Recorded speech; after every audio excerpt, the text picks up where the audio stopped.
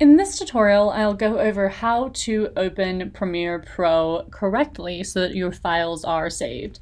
Now, you may be thinking, just click on the software to open it, but you have to be very intentional when opening Premiere Pro. So it should be in your screen if you have a Mac. Maybe you have to go through your Start window or your Applications or Launchpad, and locate the software and click on it to open it up.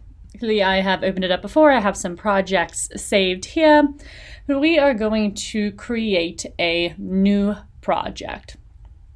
So when creating a new project here, I'm going to hit these buttons, you want to make sure that you pay attention to the screen. This is not a Word document.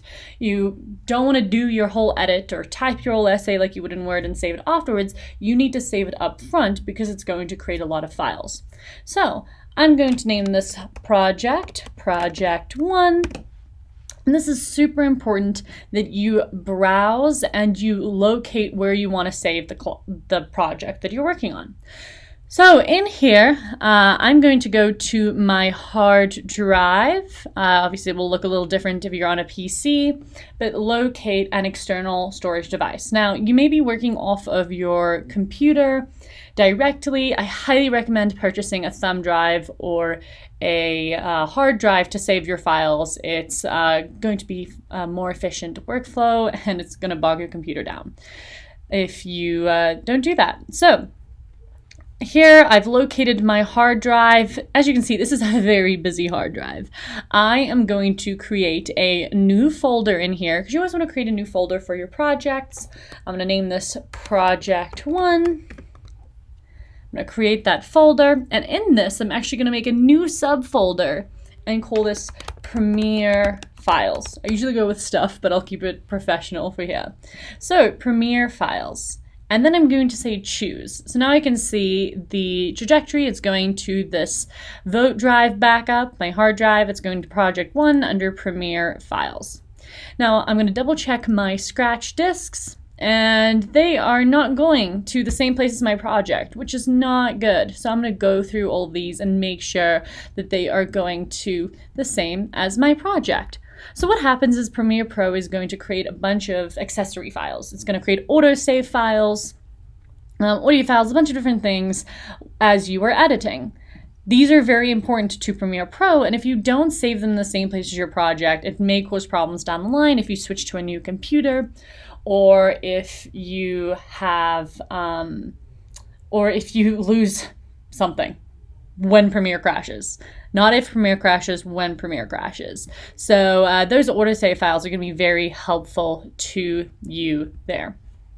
Now, my Premiere Pro is arranged a little differently than yours is because I have a custom setup over here, but you want to make sure that you are opening it, using those steps, actively saving where it should be, setting those Scratch disks.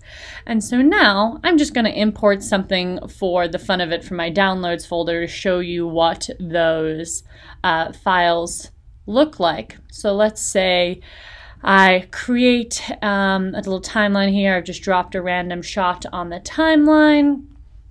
I'm going to hit Command S on my keyboard or Control S for a PC. That is the same as hitting File, Save, and then it is going to save where you told it to go. Something you should also do is you should go into your preferences and make sure that your autosave settings are appropriate. Currently have it saving every 15 minutes. I compulsively save. I hit Command S every time I do something important so that I don't lose any work. But if you're not very good at that, you may want to change this to every 5 or so minutes. It is going to take up more storage on your hard drive, but will likely save you more pain in the future.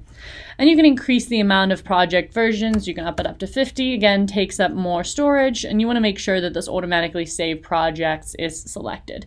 Now, it is not going to save every 5 minutes. It'll probably be around every 10. Premiere Pro is not that accurate with its autosaves, but it is going to save you hassle because if it crashes and you lose those files, you'll be able to go into your autosaves and find them. So now if I were to reopen this project in Premiere, I'm going to go into my hard drive here, my chaotic hard drive, but again, everything is in folders. I know where it is, and I'm going to go to Project 1. File organization is essential with Premiere Pro. Now, in my Premiere Profiles, you'll see, there it is, my Project 1. This is the file I'm currently working with. As I double click on it, it'll just open the same screen. And then it's created this new autosave folder. Now, if Premiere Pro crashes, you are able to go back into this autosave file folder and see if there's a previous version in here that is saved more recently than this current version. So that becomes super helpful. Maybe you made some mistakes and you want to go back in time and check those out. So this is will all be nice and neat. With the project files you are working with, that's where they would belong. So if you were importing, don't do what I did and import a random clip over there. Make sure that you're organizing things appropriately and you are creating folders for your footage, and you are always importing your footage from the same place that the project is. So I'll have all my raw footage here, all my Premiere Pro files here. Maybe I'll have a music folder and other things, that it's all nice and organized. So now, when I'm ready to go, I'm just gonna hit Command S again, make sure my project is saved. I'm actually gonna delete this little guy because I did not import it from the same place. And then I'm going to quit, right click and quit Premiere Pro. Now to open, I'm going to go into my Premiere Pro project files, double click on it, and that is how it will open. In another tutorial, I'll go over appropriately importing footage and some basic functions of Premiere Pro.